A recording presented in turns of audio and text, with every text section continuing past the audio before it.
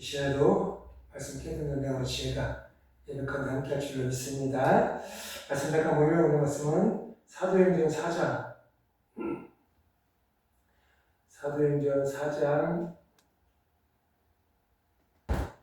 13절에서부터 22절 말씀까지.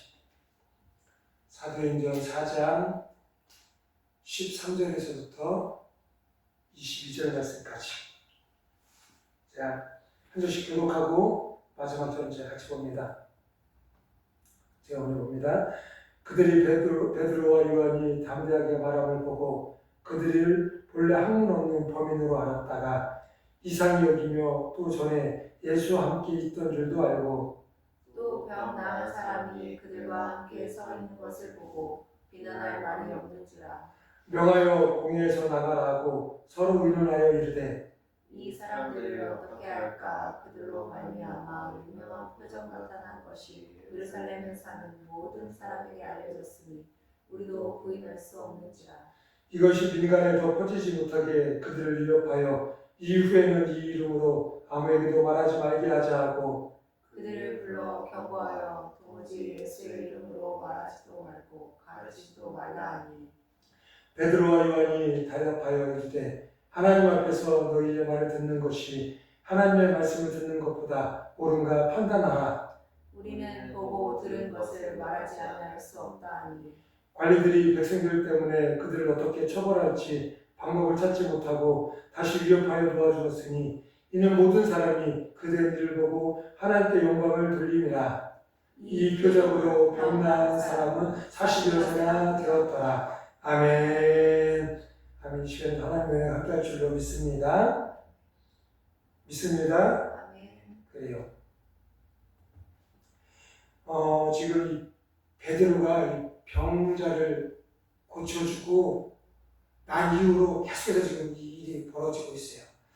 우리가 지금 사도행전을 계속 보면서 지금 4장 지나가는데 이 사도행전의 그런 기적과 이적과 역사들이 우리 교회와 우리 가정과 우리 개인에게 임하기를 간절히 소망합니다. 그래서 내가 아니라 성령님의 도우심으로 세상 속에서 영으로나 육으로나 승리할 수 있는 그런 은혜가 우리 안에 있었으면 좋겠어요. 지금 오늘 말씀드린 베드로와 이 사람들이 지금 그 전에 베드로와 요한을 이 어부였으니 무식하고 말도 못하고 이랬던 사람으로 알고 있었는데 이들이 말이 너무 잘하는 거예요. 그러니까 모든 것에서 능통한, 형통한 사람이 된 거죠. 그럴 수 있었던 이유가 뭐였어요? 이들이 성령의 충만함을 입으니까. 또 저도 우리 사모님도 제아도 성령의 충만함을 입으면 너 전에는 이렇게 똑똑하지 않았는데 너 전에는 이렇게 능력 있지 않았는데 너 전에는 이렇게 할지라도 우리는 이미 능력 있는 사람, 승리하는 사람, 형통한 사람, 이 모든 이런 사람들이 되어줄 줄 믿습니다. 그러니까 내가 열심히 노력해야지, 내가 열심히 수고도 애도 써야지. 근데 그 이전에 내가 성령님을 내 안에 모셔서 나의 주인으로 나를 통치하고 나를 다스리고 나를 인도하실 그런 분으로 그 성령님을 모시고 그분과 함께만 하면 내가 어떤 사람이든 내가 어떤 존재든 내가 어떤 능력을 가졌든 그거랑은 상관없이 하나님께서 그 영혼을 들어서 귀하고 복되게 사용하실 줄을 믿습니다. 그래서 이 마지막 때 우리 복된 교회가 하나님께 들려 쓰임받는 우리 가정이 또한 우리 모두가 하나님께 들려 쓰임받는 그런 은혜가 우리 안에 있기를 간절히 소망합니다. 그런데 오늘 말씀은 그렇게 하고서 이 베드로와 요한을 좀 내보내야 될 상황이에요. 사람들이 이 지금 처음에는 베드로와 요한을 불러서 막 말로 막 윽박 지르고 막 이렇게 험악하게 해서 그들을 좀 기죽이고 아무것도 못하게 하려고 했는데 상황이 아니라 역전됐어. 이 사람도 이 베드로와 요한 이 사람들도 물론이고 이 사람들 때문에 변화받은 치유받은 사람들이 지금 그들의 말에 흔들리기 시작하는 거야. 그러니까는 그 당시 지도자들이 더 이렇게 가면 더 우리가 불리할 것 같아. 그래서 베드로와 요한을 이제 내보내야 돼.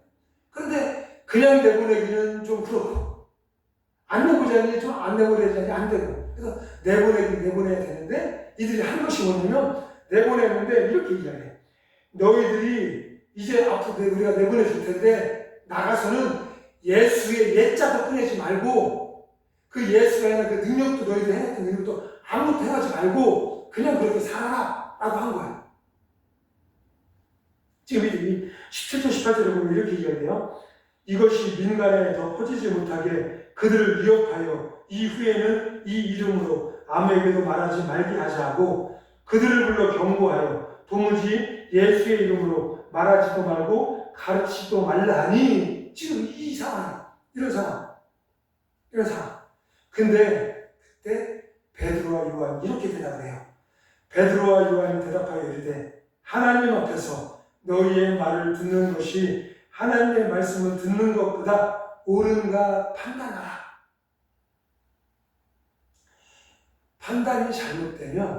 판단이 잘못되면 실수가 그리고 잘못이 우리도 그런 경우가 많잖아요. 한 번의 판단의 실수, 잘못 때문에 망한, 실패한, 실수한 그런 일들. 그게 비일비재해요. 그러니까 우리가 무언가를 판단해야 될 때 잘 판단해야 되는데 그렇지 못하면 가정도 마찬가지고 사회도 마찬가지고 안타깝지만 어쨌든 뭐 누가 어떤 사람 얘기든 지난주에 우리 안타깝지만 윤석열 대통령이 지금 파면을 당했어요.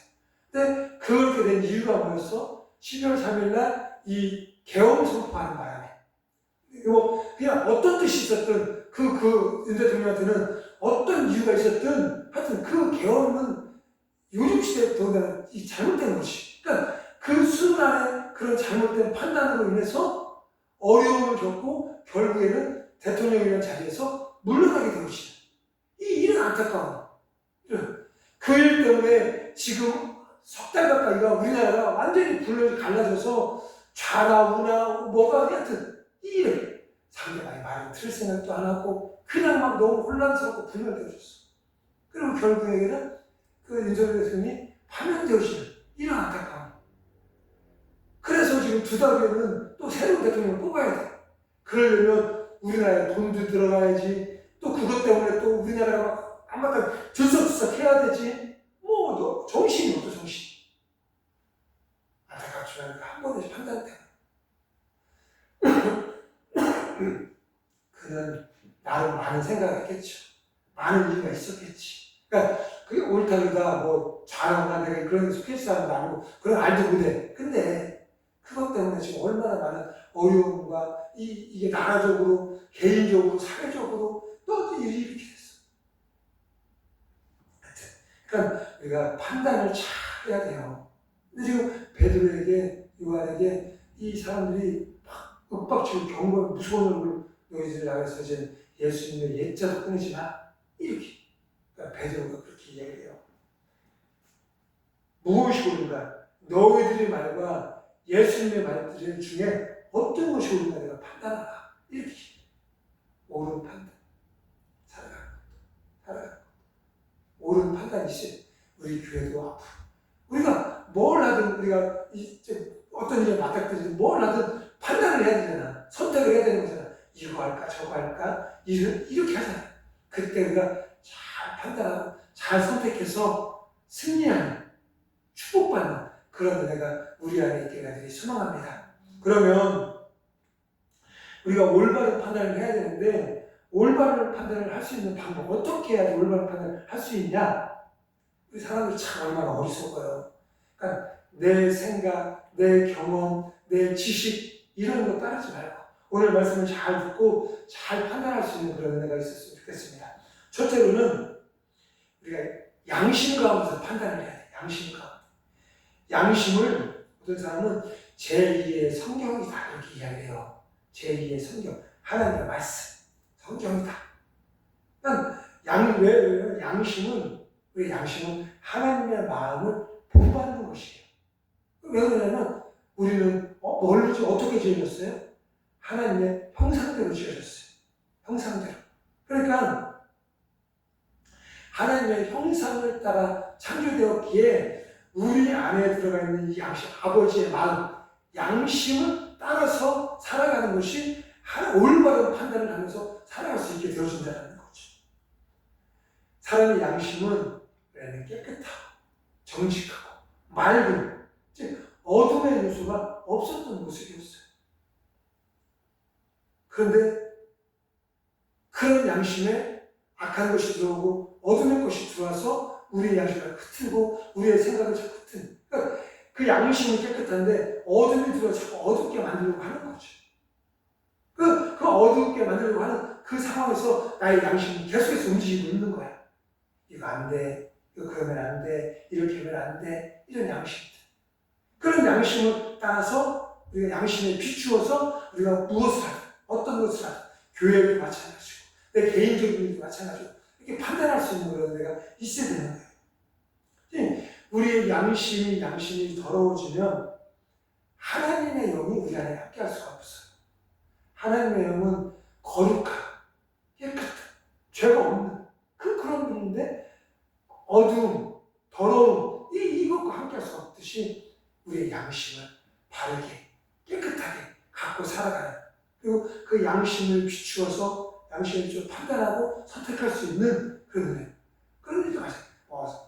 사소하게는 도로 건너는 것부터, 어제 TV 보다 보니까 도로, 사거리 도로. 그 사람들 어떻게 보기에는 차 운전하는 사람도, 오토바이 운전하는 사람도, 또 인도로 걷는 사람들도 다 자기 못하는 거야. 인도도 있고, 횡단보도도 있고, 이런데. 양심에 따라서. 양심. 이 디모데전서 3장에 보면 이렇게 얘기해요. 집사들을 뽑을 때, 시대를 뽑을 때 그 자격을 이야기하면서 이들은 깨끗한 양심을 가진 자다라고 이야기했어요. 그러니까 하나님의 일을 하는 사람을 뽑을 때 무엇을 보느냐? 그 안에 있는 그 마음의 양심을 보고서 선택을 했다는 거죠. 그만큼 양심이 중요한 거예요. 그리고 내 안에 있는 그런 양심을 따라서 살아가야 되는 거예요. 디모데전서 1장 19절에 보면 이렇게 어떤 사람은 착한 양심을 버리고 믿음을 떠났으니 이렇게 이야기해요. 그러니까 내 양심이 더러워진 사람은 믿음이 없는, 믿음을 떠난 사람이다 라고 말할 수 있는 거예요. 그 정도로 양심이라는 것이 중요하다는 거죠. 우리가 무슨 일을 할 때 좀 꺼렵지가, 이거는 잘못된 건데 그런 거 안 하면 돼요. 그런 거 하지 말고 하면서 기쁘고 하면서 즐겁고 하면서 재미있고 이런 일. 그런데 하는데도 찝찝하고 하고 나서도 화장실 갔다 와서 뭐 안 닦은 거 마냥 그런 마음이 좀 그렇고, 그리고 누가 부르기만 해도 불안하고 저 사람 그런 거 안 돼요. 우리 양심에 따라서. 그리고 또 하나 우리의 판단을 올바르게 할 수 있게 하는 것은 무엇이냐? 하나님의 말씀을 따라서 판단해야 된다는 거죠. 우리 복음성가에서 풀은 마르고 꽃은 시드나 뭐만 안 변해요? 주님의 말씀만 안 변해. 그러면서 이렇게 주의 말씀을 믿는 자는 구원이 있고 주의 말씀을 행하는 자는 능력이 있다는 거예요. 그 하나님의 말씀. 시편 119편 128편에 보면 이렇게 내가 범사에 주의 법도를 바르게 여기고 모든 거짓 행위를 미워하나이다. 주의 법도, 주의 말씀.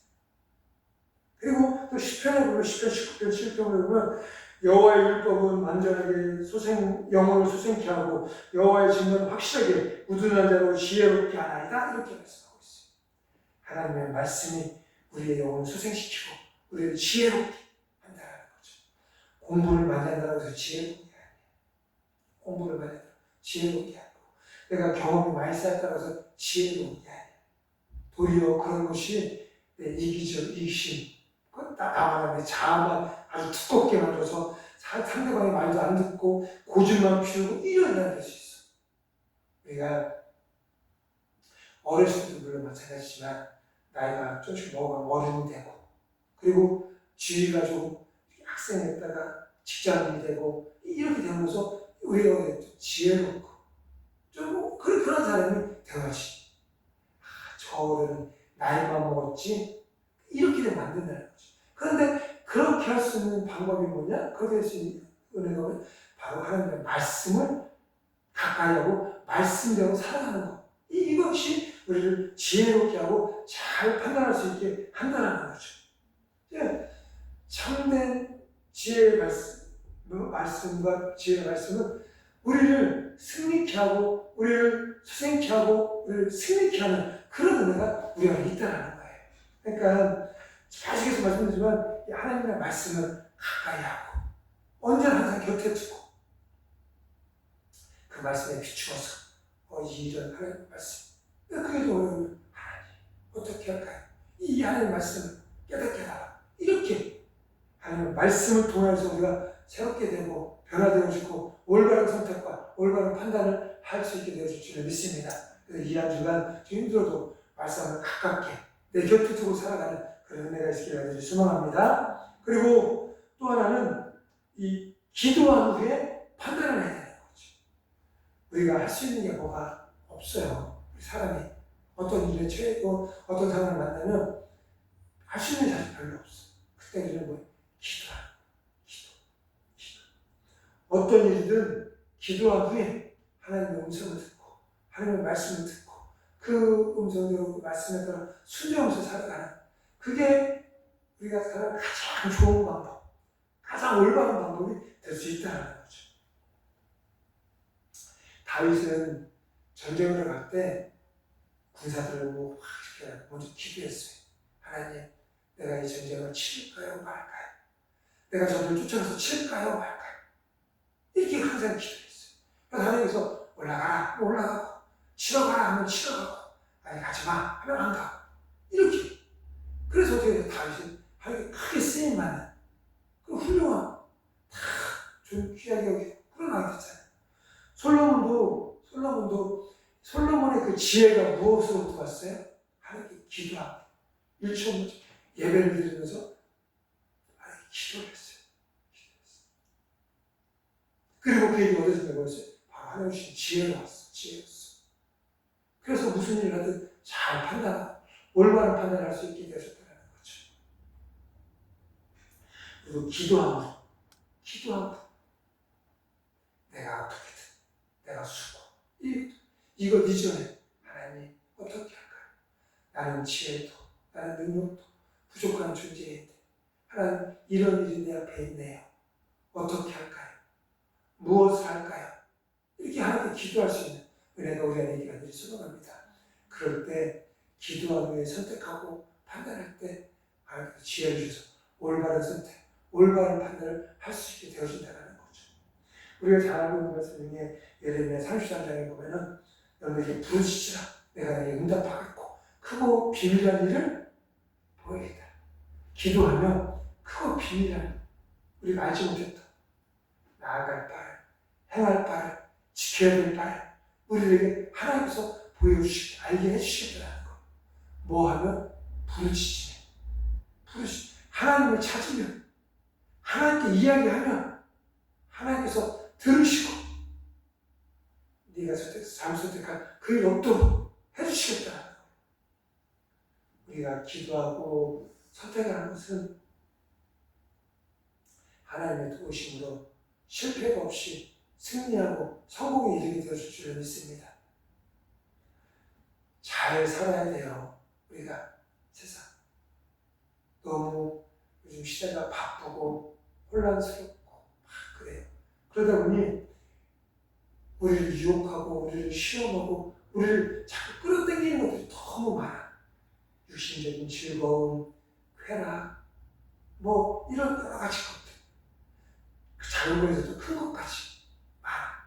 근데 우리가 그때마다 우리가 잘 선택해야지 우리가 생명의 길로, 구원의 길로, 은혜의 길로 나아갈 수 있게 되어지는데 그렇지 못하고 잘못 선택하면 실패의 길, 멸망의 길, 죽음의 길 갈 수밖에 없다는 거죠. 이 시간 예배하는 우리 복된교회 모든 교우들, 저를 포함한 앞으로 잘 선택하고 승리의 길, 구원의 길, 은혜의 길로 나아갈 수 있는 우리 모두가 되어주길 간절히 소망합니다. 그러기 위해서 우리가 어떤 것을 가지고 맑은 양심으로, 선한 양심으로 내 안에 불편함이 없이 기쁜 마음으로, 감사하는 마음으로 선택할 수 있는 그런 양심의 선택이 위해서 또 하나는 하나님의 말씀을 따라서 판단하는 그리고 또 하나는 기도하고 난 후에 선택하고 판단할 수 있는 그런 은혜. 그래서 올바른 것을 선택하고 그 올바른 것을 선택함으로 그의 기쁨과 감사로 순종하며 나아가고 또 그런 것으로 하나님께서 역사하시고 함께 인도하시고 함께 축복하시는 그런 삶, 그런 은혜가 우리 교회와 우리 가정과 우리 모두에게 임하길 간절히 소망합니다. 우리 이 시간 함께 기도하겠습니다. 함께 기도할 때 하나님 살아가는 모든 날 동안 우리가 많은 것을 선택하고 많은 것을 판단해야 됩니다. 그때마다 우리의 인간적인 육신과 인간적인 경험과 인간적인 지식으로 인해서 선택하고 판단함으로 심판받고 멸망받는 자가 아니라 하나님의 양심의 주주 말씀에 따라 기도함으로 선택함으로 올바른 것을 하나님께서 기뻐하신 것을 선택하고 그 선택함으로 순종하며 나아갈 수 있는 믿음을 우리 가운데 허락하여 주시옵소서. 주여 한번 해주시며 함께 통성으로 기도하겠습니다. 주여